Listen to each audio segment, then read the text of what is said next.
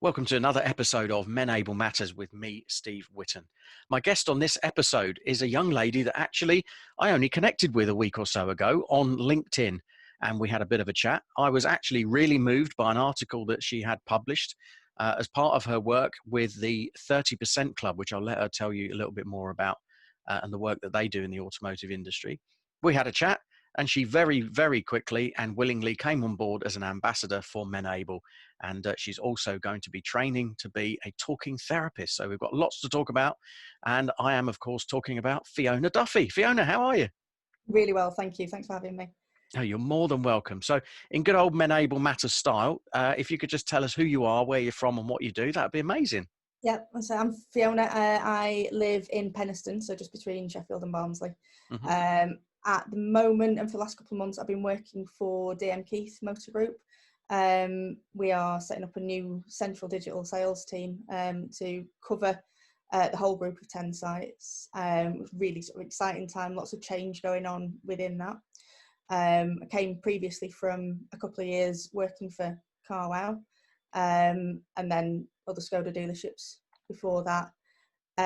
As well as all that, I'm also, as you said, in my spare time training to be a counsellor, a therapist, Mm-hmm. off the back of lots of different things that happened last year, Right.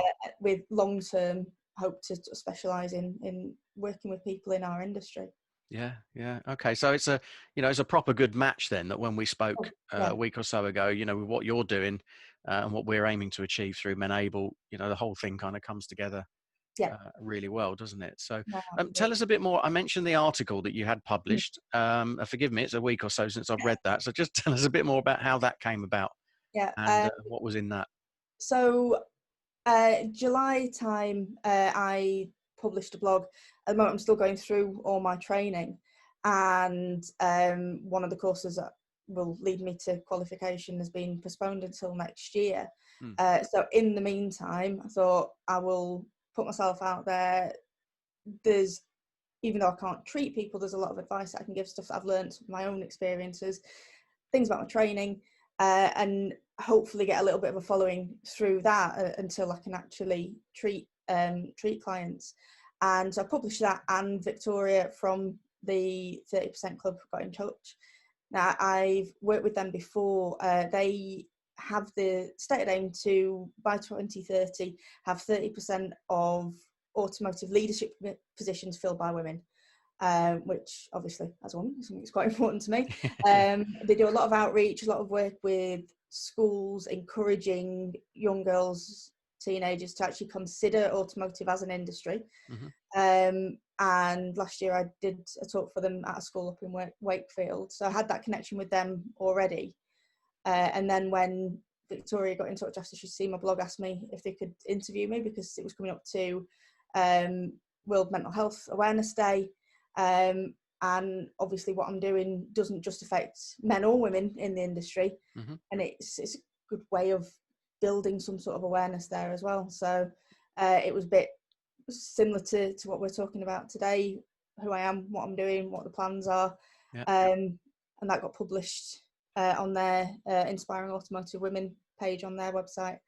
But no, I was really, really proud to be part of it. And that's Yeah. where you got in touch with me. We did indeed, yeah, because I thought, well, there's somebody who's clearly on the same page as us, and hot off the presses, actually, I'm also in conversations with Julia and Victoria at the 30% Club, because we believe that there's an awful lot of potential synergy in what we're doing. So watch this space on that front. So Fiona, what actually drew you to the sort of counselling side of it then? And I think it's fair to say all of us in this movement, especially the ambassadors, myself included, we've all come at this because we've had our own journeys with, the good and bad of mental health. So, as much as you want to share with that, what's drawn you to this? I think, well, for me, I've had issues with depression on and off over the years. Last year, for numerous different reasons, hit my lowest point that I'd been at in a very, very long time. For the first time ever, ended up with suicidal thoughts, which I'd not had before. Really struggled with dealing with that. It was very scary to go through. And I went to see my GP, Was told obviously there's, as everybody knows, there's a really long waiting list for any sort of talking therapy support of any way through the NHS at the minute. So at the time I wrote to a charity who had local officers with us, but thankfully as well I was in a position where I could afford to approach a private therapist as well. I got an appointment with the private therapist within a month. It took 8 months for the charity to get in touch. Wow.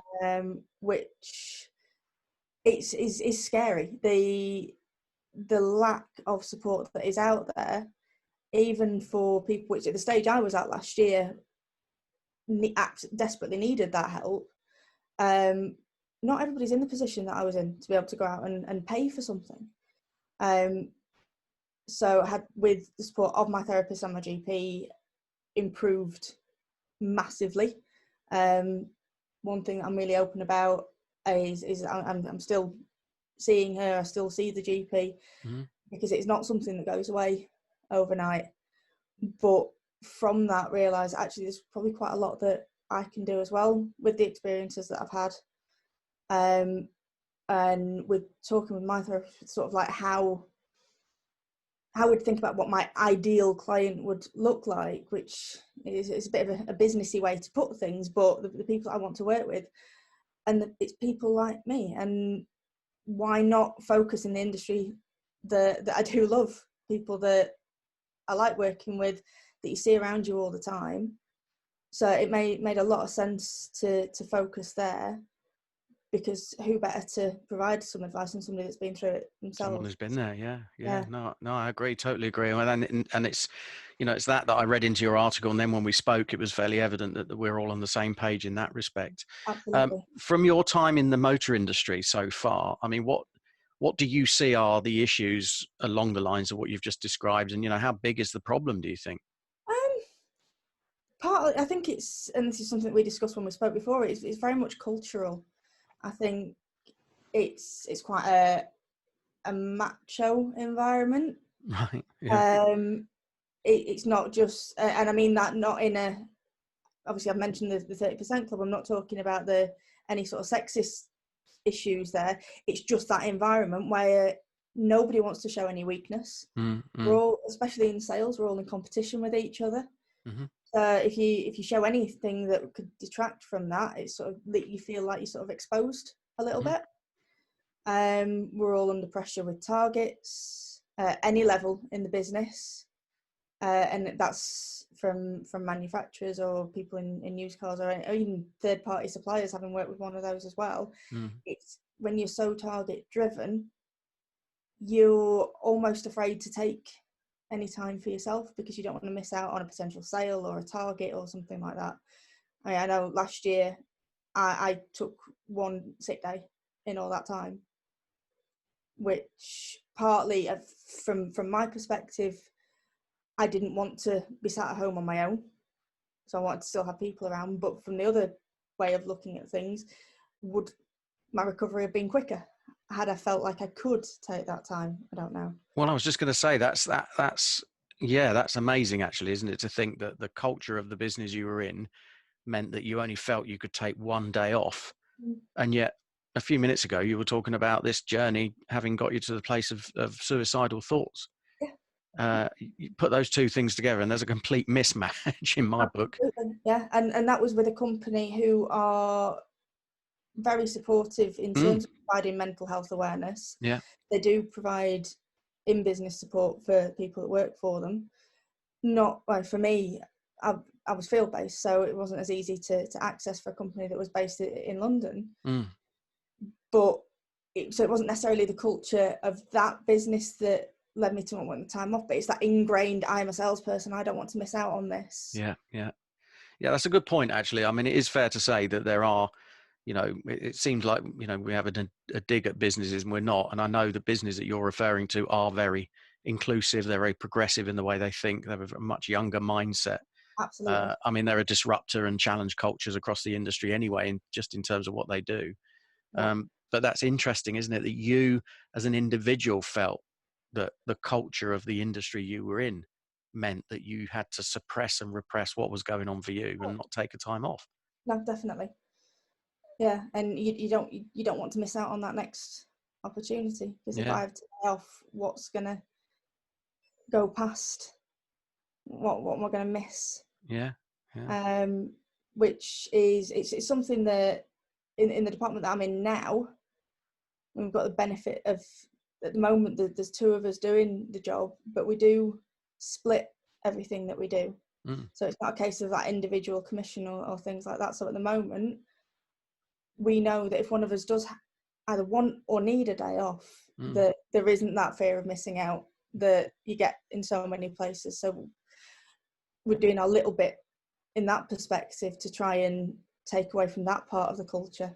Mm. But it's one step at a time, Yeah, definitely. yeah, yeah, no, definitely.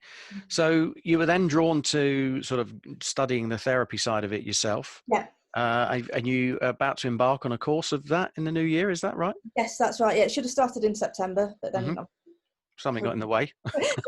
little thing kind of got in the way with colleges closing and everything. Yeah, So at the moment, that's been pushed back to February. right. So that'll be around 12 months, quite intensive, Mm, involving studying and being in courses at weekends, which right. meant when I started my new job, obviously I had to be quite upfront of, I need weekends off, which again in car sales is something that rarely happens. Yeah. So I feel really lucky that I've been able to go into a business and say, this is what my plans are. Mm, mm, I'm hoping to be able to set up a business whilst working for you, in effect, but mm. it's something that can benefit your business as well as what my plans are. But also, for the first time, this is the first job ever that I've gone into and been really, really open about my own issues. And so, yeah, I do suffer with this. I do need time off. I do need to see my therapist. And I've never been somewhere where I felt I've been able to do that Yeah. before. Now, I'm guessing by the fact that you're actually talking about that, it's up to you whether you want to name who the business is that you work for. Yeah, I work for, Um, that's fine. but you know, the fact that you're opening up about that actually suggests to me that you know they themselves are an inclusive and progressive business, Yeah, that I'm happy to do that. But and that's part of the issue that I think we have is that in our industry is that they are a bit too few and far between at the moment. yeah, no, absolutely. And so I'm quite happy to mention, I'm sure they wouldn't mind. It's A GM shout Keith, out. yeah, GM Keith that I work for. Right. So we're based up here in Yorkshire, Mm, mm, and northeast Lincolnshire, and I think they do very much work around that it is a family business, and it's been, I've only been there 2 months, but the induction period has been so inclusive, so welcoming, that it does feel like I'm in an environment where it is safe to talk.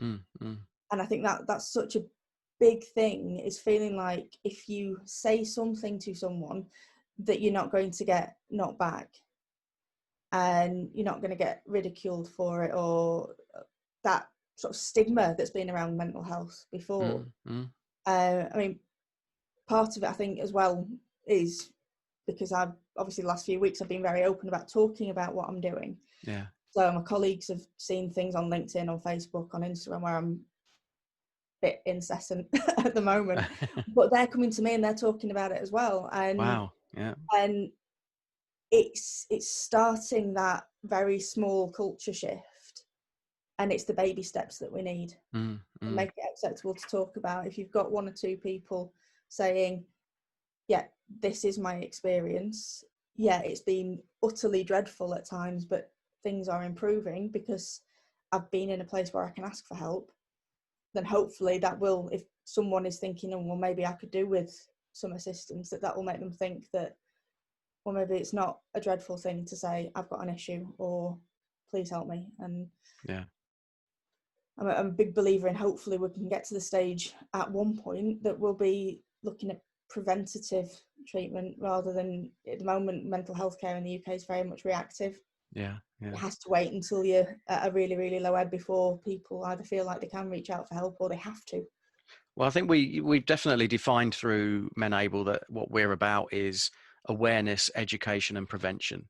Yeah. You know, and if somebody is at the crisis level, you know, and they reach out to us, what we want to be able to do is to make referrals to qualified therapists and counselors and people that can, you know, really provide the kind of help they need. Mhm. And I think your point was spot on that we've got two issues there. with people in the industry. One is, do they have the time and the capacity to go through the NHS system, which is amazing, but is bursting at the seams. And as you said, you've got to wait 12 weeks or so to get an appointment. Or do they dip into their own pocket and pay for, private counselling, which equally is amazing, but not everyone is in the position that you and I were in to be able to go and Yeah. do that. So what we want to be able to do is to make those referrals to the right, organisations that can pick that up. Yeah. No, definitely. So what was it that drew you, when we talked about you being an ambassador then, and I'm conscious that a lot of that is sort of winging it really at the moment, but what was it that drew you to us, and what you've seen, going on with MENable then, and, how does that come together for you?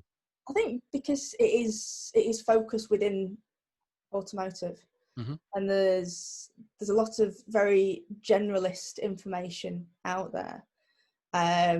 Some of the charities that are around are fantastic, but it's very much anyone can access it, which is wonderful. But we do work in a very specific industry. We've got our own issues, and if we are looking at providing targeted support for people that are within automotive, then it can only be a really positive thing, because it is breaking down those barriers that we know that are there, making it easier for people to access care, therapy, even being able to just drum up the courage to go to your GP if that's that very first step that you need. But it's understanding where that comes from, and it's breaking away the causes of it, not rather than just the symptoms as well. And I said right at the beginning, I love working in this industry. It's brilliant. To the point that, I mean, everybody has their moments where they go, oh, that's it, I've had enough of cars, I'm getting out of this. And you might say partly that is what I'm doing, but it's very much not. It's looking after the people that make this job what it is, because it is all about the people. Yeah, 100%. So let's go back to the culture bit. You mentioned that at the beginning. Now, clearly, you've been lucky. You worked for a business that had a great culture around people. You're clearly now in a family-oriented business that you have talked quite a few times when I've spoken to you before now about, what a lovely culture that they've got, and the fact you were able to declare what's going on for you. But you still, you said a little while back, you still have this kind of ingrained culture within yourself about the industry and about what's acceptable to talk about or not. Tell me a little bit about that. What's going on there, Fiona, do you think? I think it comes from a position of, you never hear anybody talking about any issues. They'll talk about anything and everything, and we spend the football last night, exactly way over my head. Likewise. But yeah, anything and everything except personal stuff. Right. And I don't know if that is obviously because it is such a male-dominated industry, but people don't want to admit any sort of weakness.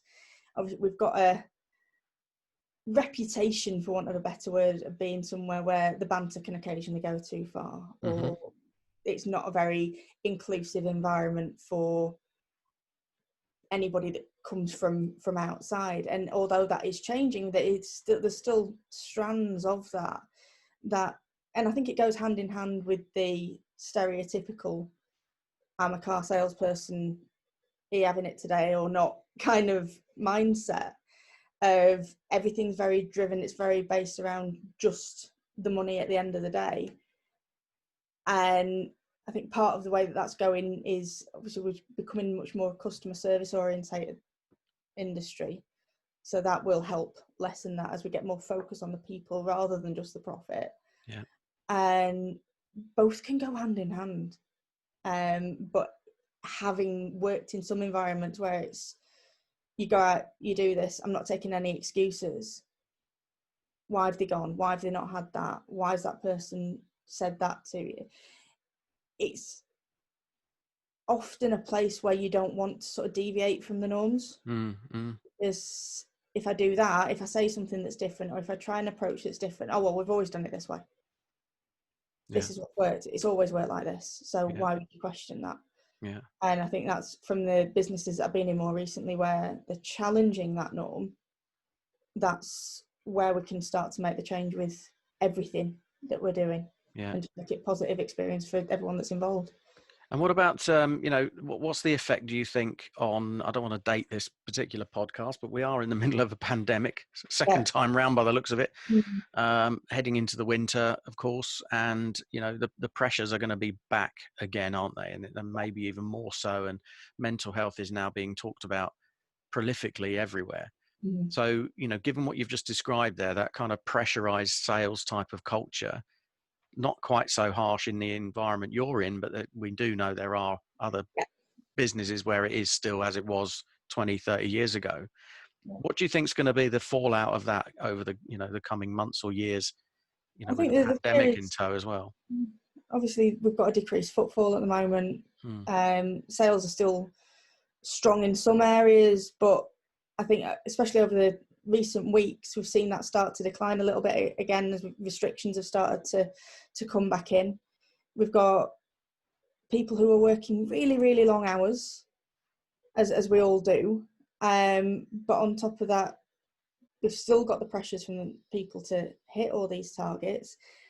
And then, as you say, going into winter, just even the lack of daylight will have such an effect on Hmm. people, as we're having to deal with people that might have to quarantine for 2 weeks at a time. We might be under more pressure because places are short staffed, Yeah. and it turns into this sort of melting pot of lots of different things that on their own would be quite easy to handle, but when we put it all together, we reduce footfall equals reduced wages, and then struggles from that side of things as well.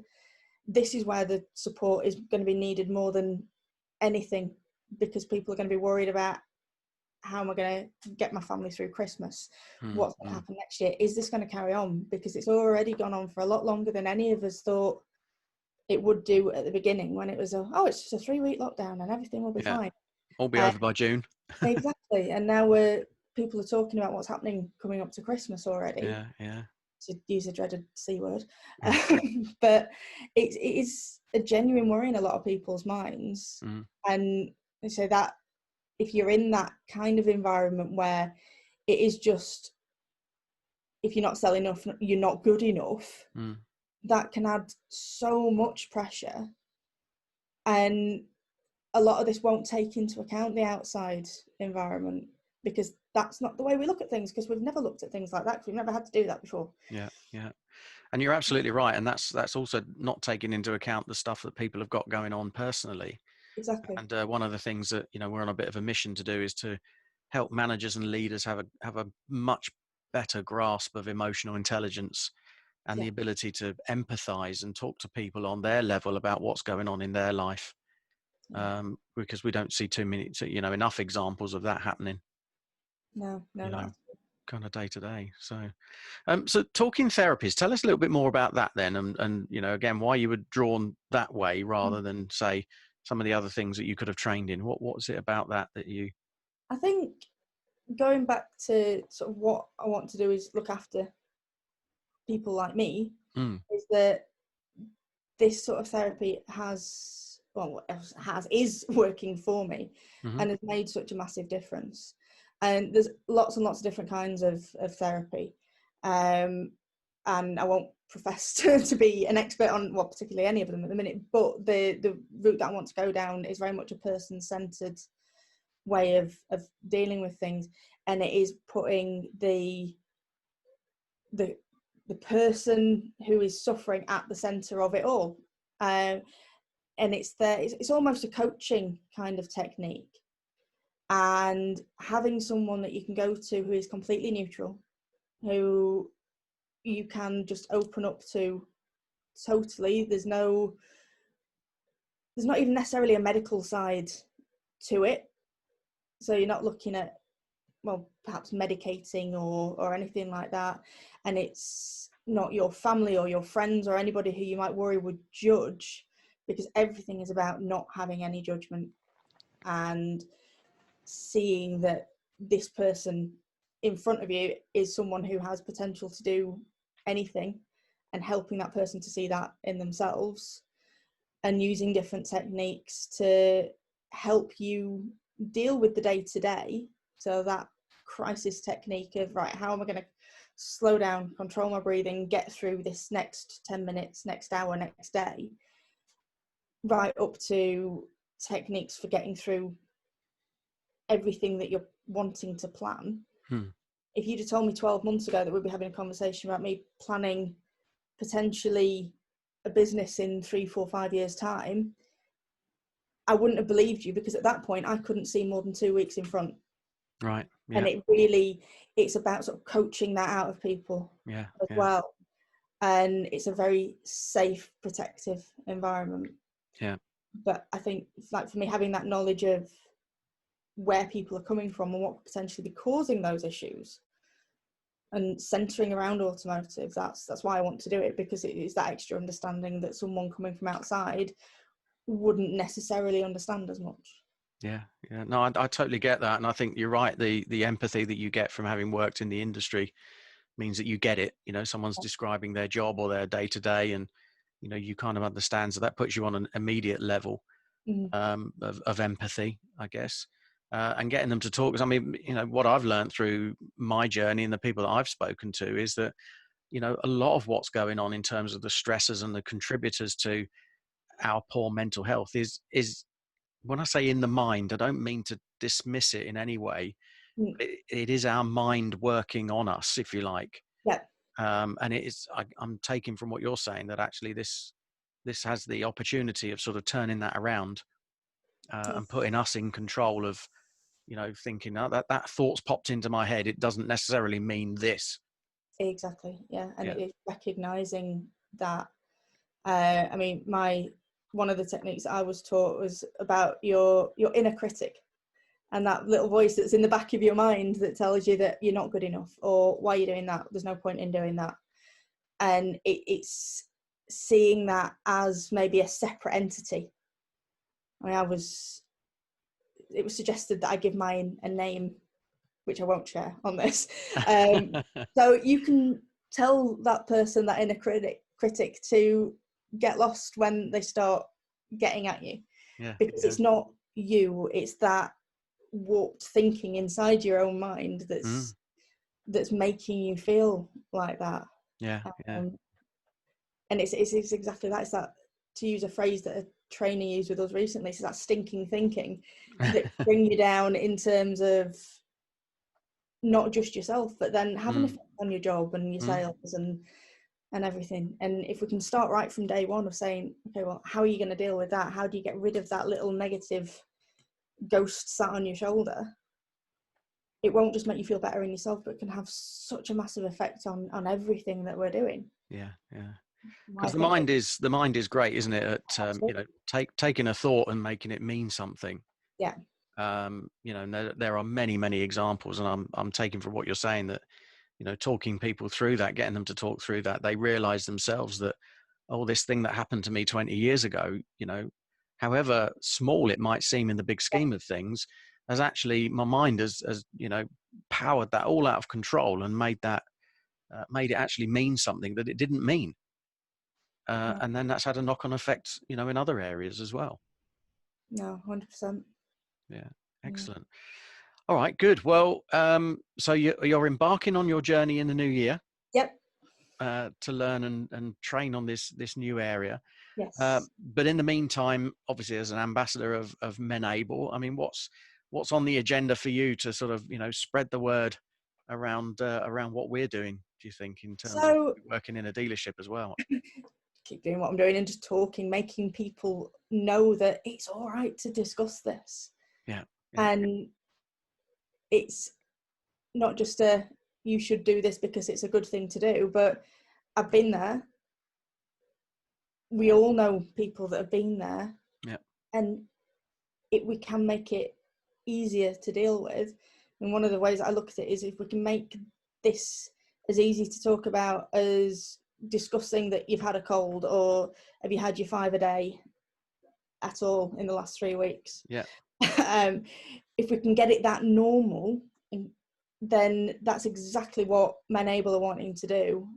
And it's having that awareness, and it's making those little interim baby steps into that culture shift that will make such a difference to all of us. Yeah, Absolutely. Yeah. Well, through a series of, the podcast is the stuff that we can put out there for, for people to have a look at and use as resources. But I think you're absolutely spot on. The fact that we've got people like yourself, in businesses now talking to management and getting them to open up a little bit as Yeah. well.